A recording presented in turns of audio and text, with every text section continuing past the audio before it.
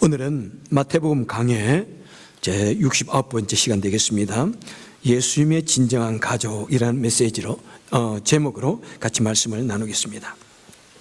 자, 우리 믿는 자들을 표현할 때 여러 가지 말들이 있습니다. 우리는 서로를 부를 때 무엇이라고 부릅니까? 먼저 우리는 교우님, 또 우리 교우록, 교인, 교우 이런 표현들이 있습니다. 미시안 한인교회에 나오시고 또 우리 교회 멤버가 되기로 자발적으로 원하는 분들은 우리 교회 교인이십니다. 그래서 제가 교우님이라고 부르기도 합니다. 자, 그러면 또 교인, 교우가 있는데 그 다음에는 어떤 단어가 있습니까? 성도라는 단어가 있습니다. 성도님, 성도. 성도에는 두 종류의 성도를 주로 말씀합니다. 하나는 보이는 성도님. 자, 눈에 보이는 믿는 사람들, 내 주위에, 그죠? 내가 볼 수 있는 성도님들. 특별히 교인 중에는 하나님을 믿지 않을 수도 있습니다. 그죠? 예수님을 믿지 않을 수도 있어요. 처음에 교회에 나오는 분들 계시고 또 교회 생활을 하지만은 믿지 못하는 분이 있습니다. 하지만은 우리는 또 성도들, 때로는 교인이 아닐지라도 우리 교회 등록을 하지 않아도 성도님은 있을 수 있습니다. 그래서 우리 주위에 또 우리 교회 중에 또 성도님들을 계십니다. 우리가 생각하는 이분은 믿는 사람이다 라고 할 때 우리는 성도님이라고 부르게 됩니다. 자, 그 다음에 보이지 않는 성도님이 있습니다. 이 세상에 흩어져 있는 모든 믿는 자들의 모임을 이끌어서 우리는 또 무형교회의 성도, 우주적인 성도, 보편적인 성도라고 말씀합니다. 그러니까 구약시대의 성도님도 마찬가지고요. 또 저 어두운 밀림지게 우리가 전혀 알지 못하는 그곳에는 예수 믿는 사람이 없을 것 같아. 그런데도 그런 곳에 또 예수님을 믿는 사람들이 있습니다. 자, 우리 개신교가 따르는 성경의 기본 교리서가 있습니다. 여러분 어떤 것을 우리는 따릅니까? 성경의 칼빈의 교리, 그 다음에 웨스트민스터 신앙고백, 또 벨직 컨페션, 그 다음에 여러분 우리가 또 세례를 받을 때 공부할 때 어떤 공부를 합니까? 소요리, 대소요리 문답. 이 모든 것이 사실은 무엇을 요약하고 정립한 것입니까? 성경을 요약하고 정립한 것입니다. 자, 그 모든 요약을, 그러니까 웨스트민스터 대소요리 문답, 이런 모든 것을 가장 함축성 있게 요약한 것이 무엇입니까? 우리가 예배 시간마다 암송하는 것이 있습니다. 무엇입니까? 사도신경입니다. 물론 사도신경은 그 모든 교리서들보다 먼저 우리 신앙들, 우리 믿음의 신앙 사도들이 믿고 따르며 이미 초대교회 때부터 이 사도신경을 암송했다는 그런 기록이 있습니다. 그래서 우리는 이 사도신경을 예배 시간마다 암송을 합니다. 왜 그렇습니까? 우리는 사도의 그 신앙을 계승한다. 그리고 믿고 따른다. 그런 말을, 그런 믿음의 표현인 것입니다. 왜 그렇습니까? 우리 성경은 상징적인 의미를 가지고 쓴 것이 많습니다.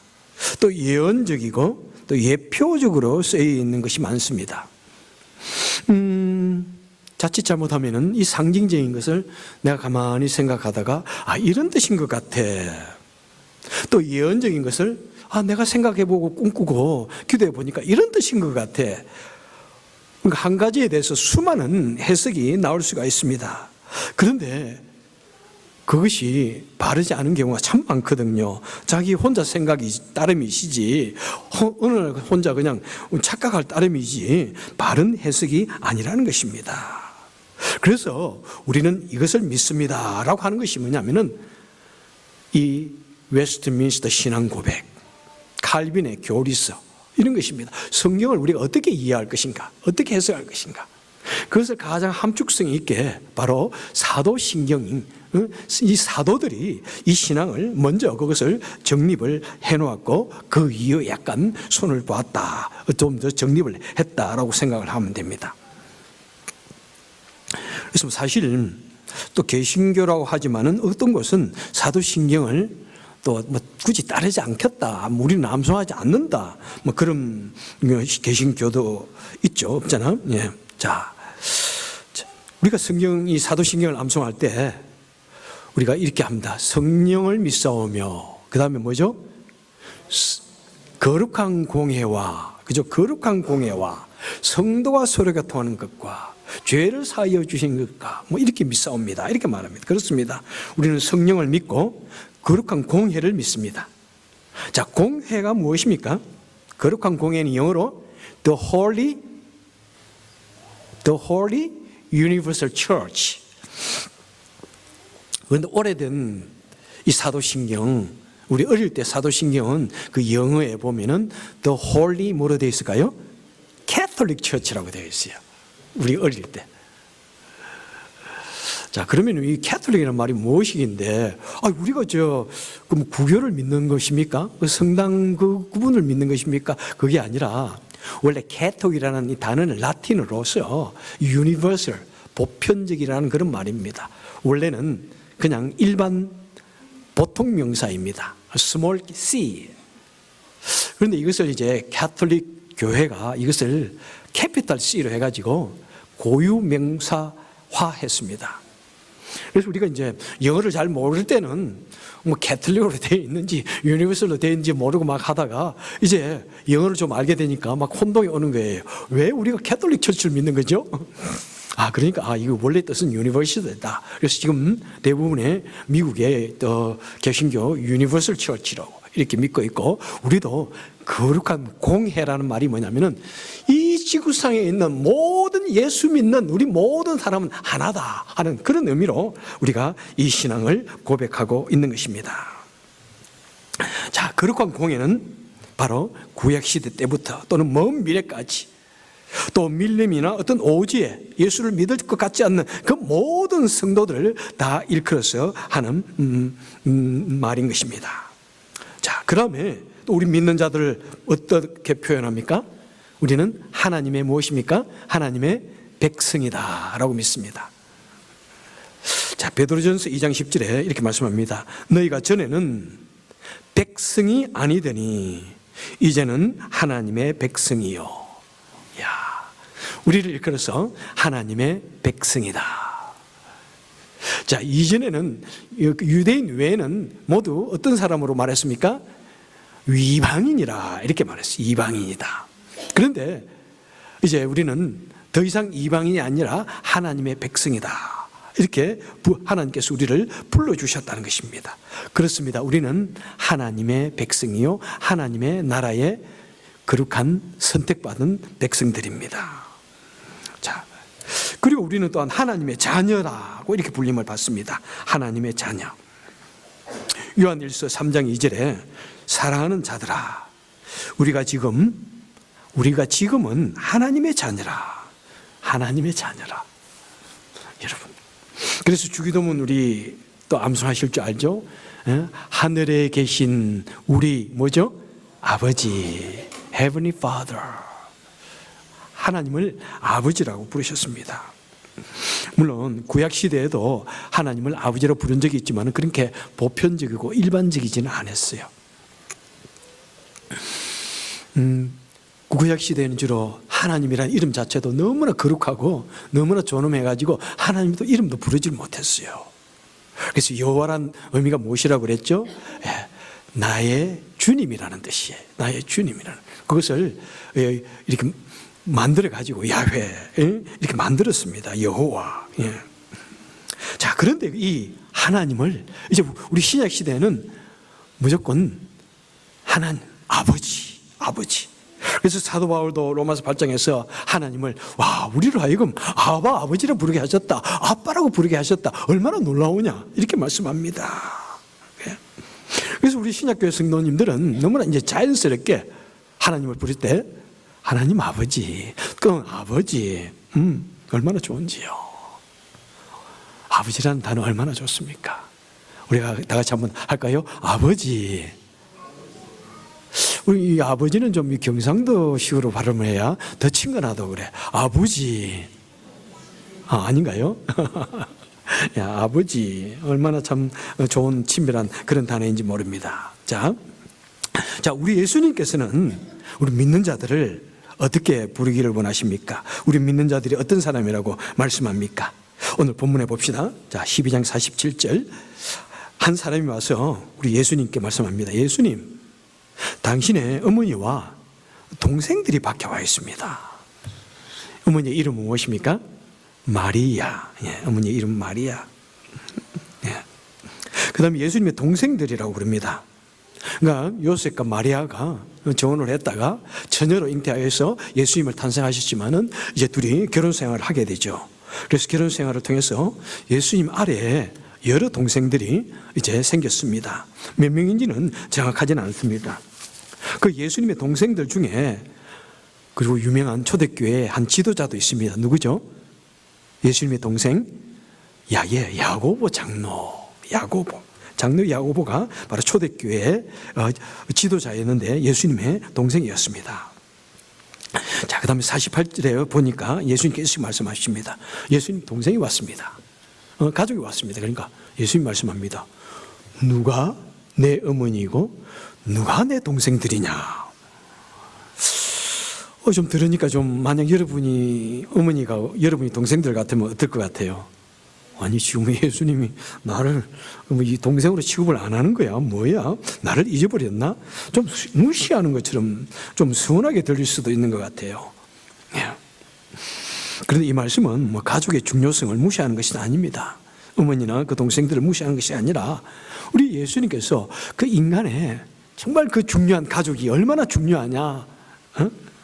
그런데 실제로 우리 사람 이 세상에는 인간의 혈연 관계보다도 더 중요한 그런 가족, 혈연의 가족보다도 더 중요한 가족이 있다.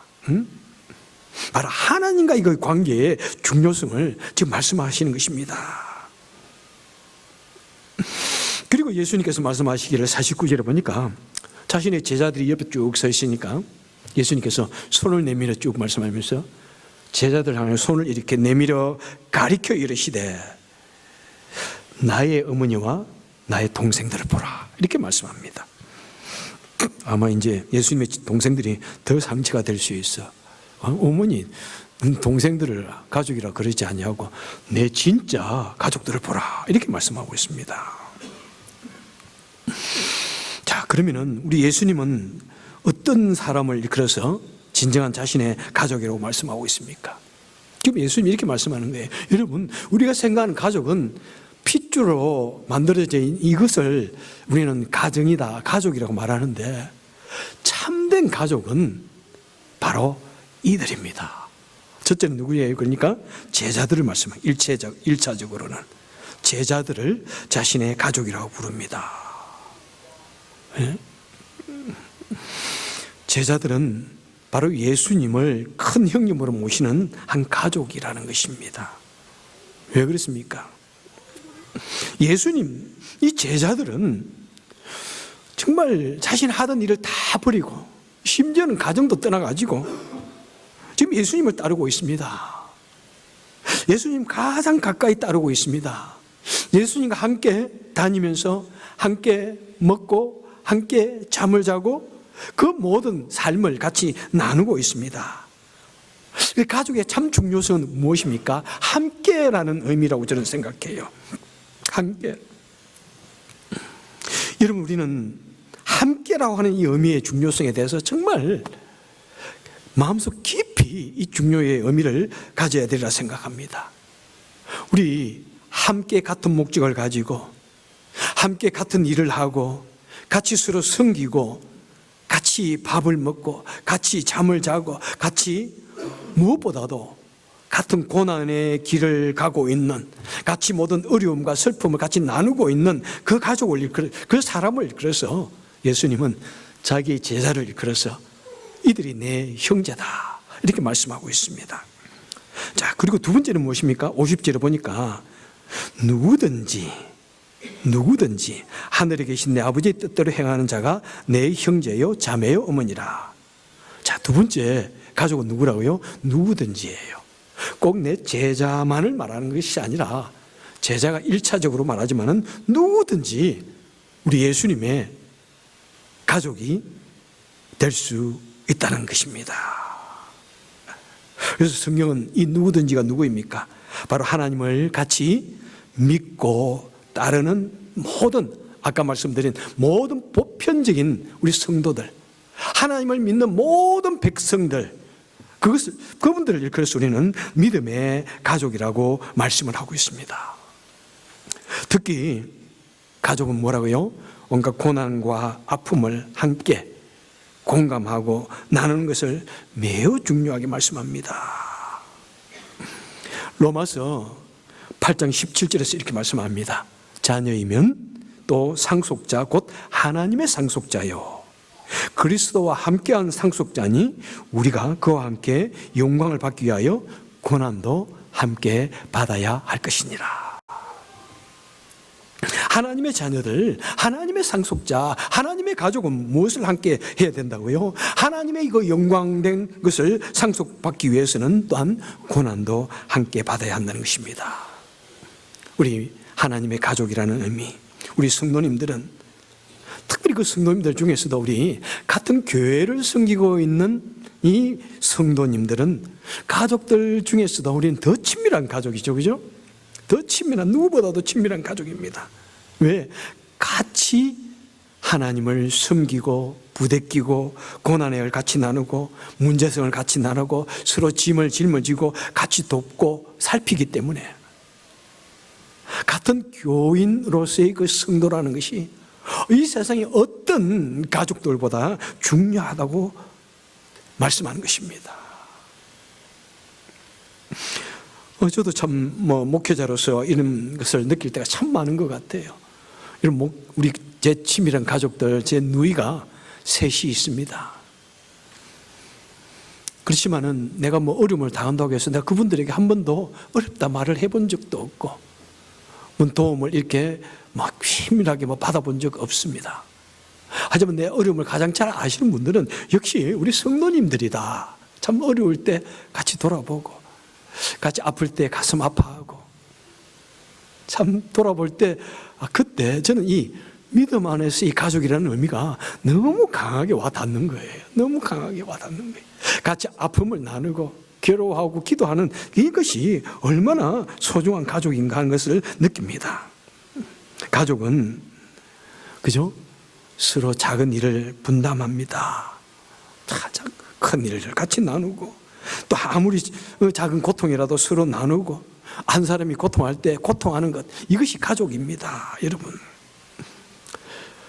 지난주에도 우연히 유튜브에 보니까 한국에서 고시촌에서 사는 사람들이 있어요. 여러분, 옛날에 우리가 한국에 있을 때 이 고시촌은 어떤 곳이었냐면은 모든 것 그냥 하루 종일 어떤 고등고시에 합격하기 위해서 변호사가 되고 어떤 행정고시에 합격하기 위해서 조그만 방에 들어가지고 딱 누울 수 있는 방과 딱 책상 하나 있는 그곳에 들어가가지고 막 하루에 10몇 시간씩 공부하는 그 방을 일컬어서 고시원이라고 그랬어요. 그래서 거기에 수많은 변호사, 검사, 판사들이 탄생을 했고 수많은 고위 공직자들이 탄생을 했죠. 그런데 요즘에는 고시원이 그게 아니더라고요. 그냥 집에 살다가 어려움을 당해가지고 경제적인 어려움이 당해가지고 큰 집에 사는 렌트비를 낼 수 없으니까 그냥 그 고시원에 들어가지고 살아요. 딱 한 사람 한 방에 살아요. 딱 침대 하나, 딱 한 사람 누우면 될 만한 침대, 키가 큰 사람이 뻗으면은 책상 위에 발을 얹어야 될 정도 되는 그런 방에, 그 다음에 책상 딱 하나 있는 거, 그 다음에 침대 밖에 한 사람 쓸 수 있는, 한 두 사람 쓸 수 있는 그런 공간, 제 있는 이 강대상 하나 정도 되는 그런 공간이. 그런데 그곳에 보니까 세상에 고등학교 다니는 여학생이 거기에 살고 있더라고. 제가 그걸 보고 너무너무 깜짝 놀랐어요. 그래서 보니까 여학생 혼자 사는 것이 아니라 그 옆방에 아버지가 살고 있어요. 사업을 실패하고 집에 같이 살 수가 없고, 집이 렌트비가 너무 비싸고 거리에 살 수가 없으니까, 그리고 한 방에 둘이 살 수 없으니까 고시원 방을 2개 해가지고 아버지가 딸을 밥을 해주고 학교 보내주고 다시 들어와 그곳에 들어와 살고, 세상에 그렇게 감성적으로 예민한 그 나이에 친구들과 웃고 떠들고 서로 같이 집을 방문하고 놀아야 할 그 나이에 그 고시원에 들어와 가지고 공부하는 아이, 누구이기 때문에 그게 가능해요? 아버지, 가족이기 때문에 가능한 것 같아. 세상에 그런 아이들은 몇 명 있더라고. 여학생들, 하필 그 여학생들 몇 명만 보여주더라고, 세상에. 그리고 뭐 그게 옷도 많이 안 갖다 놓으니까 교복, 이제 겨울이 돼가지고 교복을 바꿔 입어야 되는데, 그 자기 짐들 지어놓은 그곳에 가가지고 그 겨울 교복 하나 찾으려고 온 또 자기 공장에 있는 그 옷을 막 다 뒤지고 있는 거예요. 그리고 막 달려가는 거예요. 아이, 세상에 누구이기 때문에 가능해? 그게 가족이기 때문에. 참, 심지어 어떤 사람들은 그죠? 자녀들 껴안고 어려움을 당할 때 참 그래도 그 자녀들 버리지 않냐고 있는 것은 가족이기 때문에. 많은 선천적으로 기행하고 있고 장애 아들도 있습니다. 그런데 참 그 장애 아를 내 자식이기 때문에 참 나이가 들어서까지 돌보고 있는 그런 모습들, 누구이기 때문에 가능해요? 가족이기 때문에 가능한 것 같아요. 그래서 가족의 의미는 무엇입니까? 서로의 아픔을 나누는 그것이 진짜 가족인 것 같아요. 그죠? 아픔에 그 모든 고통을 함께 나누는 것이 진짜 가족인 것 같아요. 그래서 누구든지 이 조건은 무엇입니까?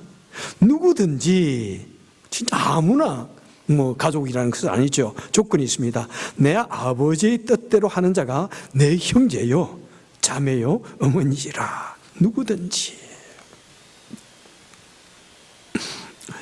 여러분, 정말 우리는 하나님 안에서 한 가족이고 한 형제요, 자매라고 하는 것은 뭐냐면은 예수님과 같이 더불어가는 그 제자들처럼 우리 누구든지, 하지만 공간적으로 같이 살지는 못할지라도 어디에 살든지 또는 어떤 민족이든지 피부색이 어떻게 다르든지 관계없습니다. 누구든지 하나님 아버지의 뜻대로 살아가는 자가 곧 예수님의 형제요, 자매요, 어머니고 바로 하나님의 안에서의 우리는 한 가족이라고 우리에게 말씀을 하고 있습니다. 여러분, 때로 우리가 어려움 당하기도 하고 좀 갈등이 있기도 하지만은 우리 가족이 좀 어려움을 당한다고 해서 고개 탁 돌리고 원수처럼 살면 될까요? 좀 힘들다고 뭐 서로 그냥 단번에 원수처럼 되어버리고 그냥 뭐 그 어떤 길에서 만나도 고개 탁 돌리고 그러면은 그 의미가 있을까요?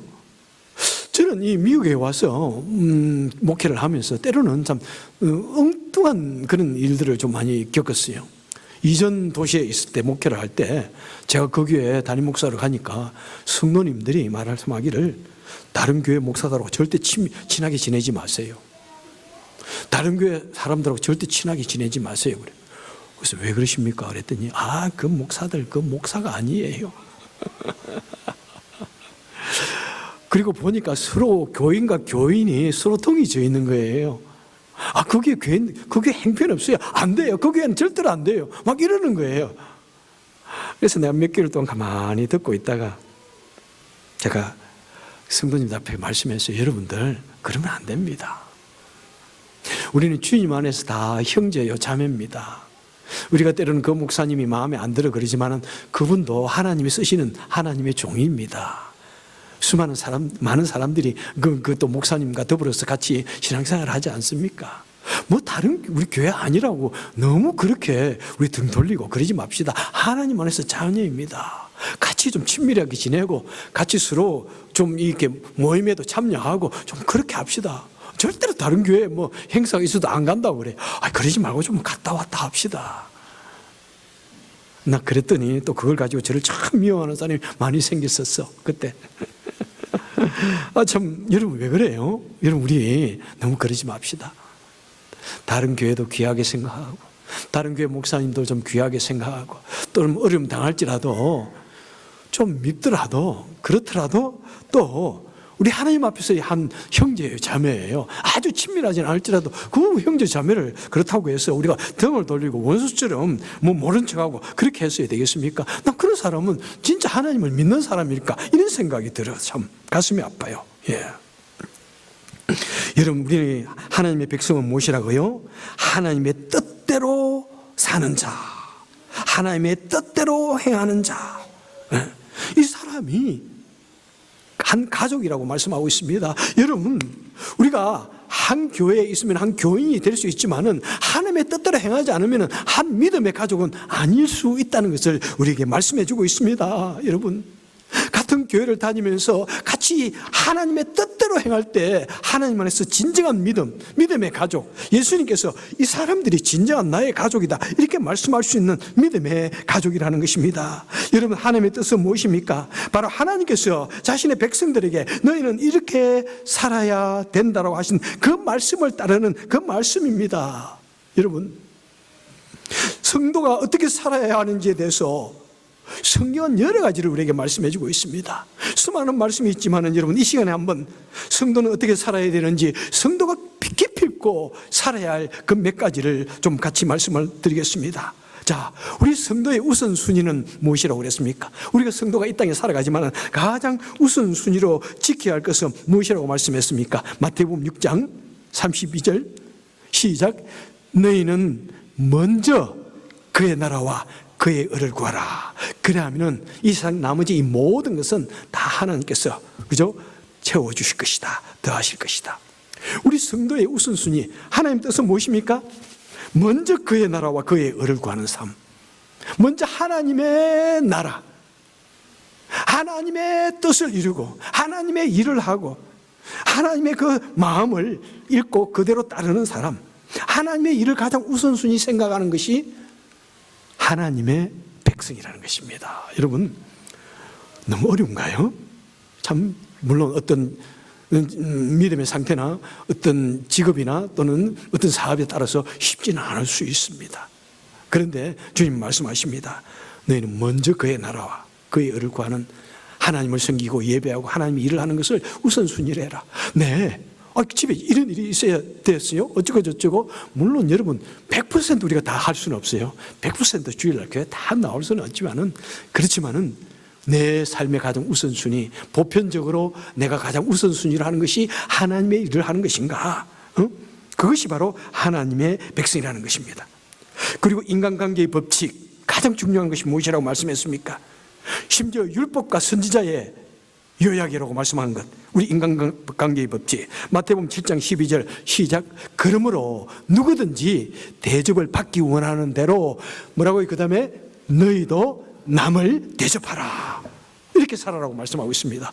여러분 지금 제가 성경에 여러 가지 내용을 다 말하는 것이 아닙니다. 가장 중요하다, 이것만은 꼭 지키라 하는 그 말씀들을 지금 말씀하는 거예요. 예? 이것이 율법과 선지자의 요약이니라. 여러분 우리가 인간관계를 할 때 가장 중요한 것이 무엇이라고요? 남을 대접하는 사람이 되어라. 대접이 물론 식사 꼭 대접도 포함되겠지만은 이렇게 잘 대해주라. 내가 잘 대해주면은 너도 네가 어떻게 대접을 받고 싶냐? 네가 다른 사람이 나에게 친절하게 대해주기 원하느냐? 너도 남을 친절하게 먼저 대해주어라. 다른 사람이 너에게 사랑을 베풀어 주기를 원하느냐? 내가 먼저 사랑을 베풀어라. 네가 존경받기 원하느냐? 내가 먼저 남을 존중해라. 예? 그죠? 사랑을 베풀고 나누는 사람이 되어라. 그게 인간관계의 가장 중요한 법칙이다. 주님 말씀하셨습니다. 자, 그리고 또 주님께서 우리 율법과 선지자의 강령이 무엇이라고 그랬습니까? 이 강령은 뭐냐면은 이 성경에서 우리에게 정말 중요하게 교훈해 주는 말씀, 꼭 이것을 마음에 매달아라, 새겨라 하는 말씀이 바로 율법과 선지자의 강령입니다. 이것이 율법과 선지자의 강령. 어떤 사람이 와서 예수님, 우리가 성경에서 무엇을 지켜야 우리가 구원을 얻습니까? 그러니까 예수님께서 뭐라고 그랬습니까? 마태복음 22장 36절 시작.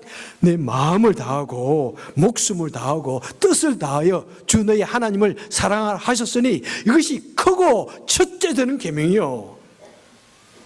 성경에 있어서 수많은 내용들을 말하는데 가장 크고 첫째 되는 것이 무엇이라고요? 하나님을 사랑하는 것이다. 십계명을 말하고 수많은 계명이 있지만 가장 중요한 것은 하나님 사랑이다. 이렇게 말씀하고 있습니다.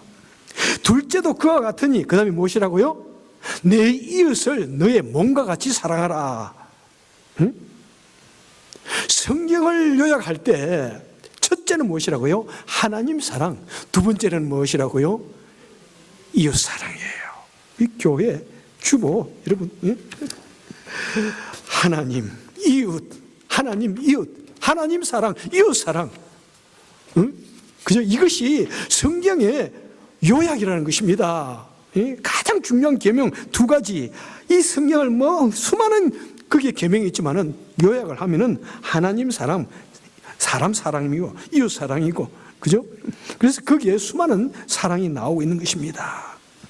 자, 그 다음에 또 예수님께서 내가 너에게 새 계명을 주노니, 야, 여러분, 새 계명. 예수님께서 잡히시기 전날 밤에 제자들에게 주십니다.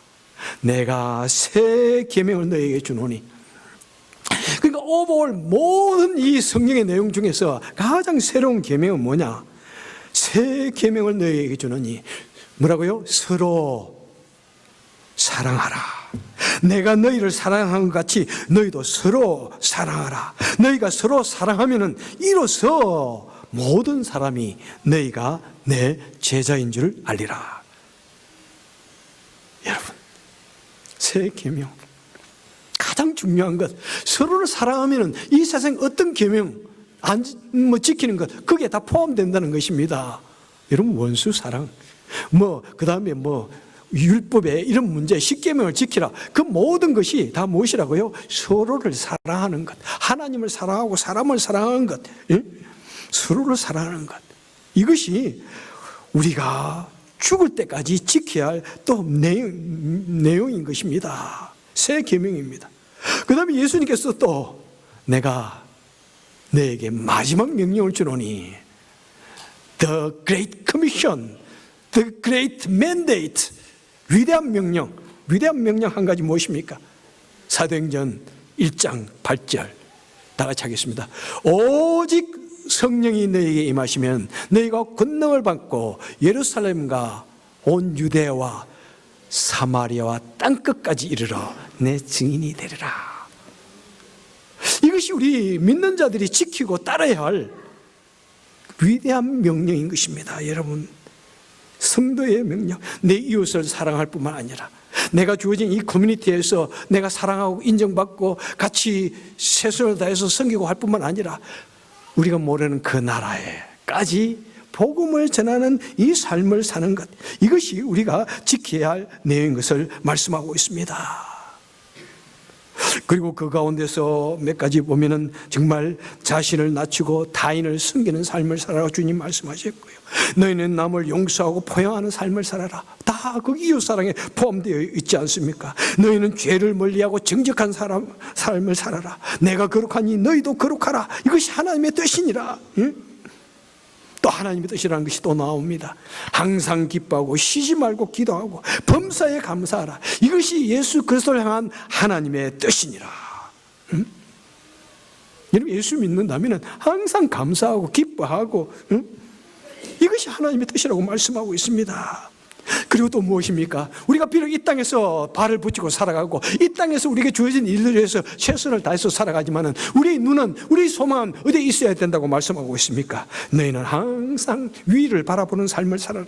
영혼을 사모하고 그 영원한 삶에 부끄럽지 않은 삶을 살아라. 믿음의 삶을 살아라. 이 세상에 주어진 환경을 바라보고 살지 말고 믿음의 눈으로 믿음의 삶을 살고, 너에게 주어진 환경 때문에 괴로워하지 말고 너에게 예배하여 주신 그 하나님을 믿는 믿음을 가지고 믿음의 삶을 살아라고 말씀하십니다. 여러분, 이것이 우리가 이 땅에 살아가면서 하나님의 뜻대로 하는 삶인 것입니다. 하나님의 뜻대로. 여러분,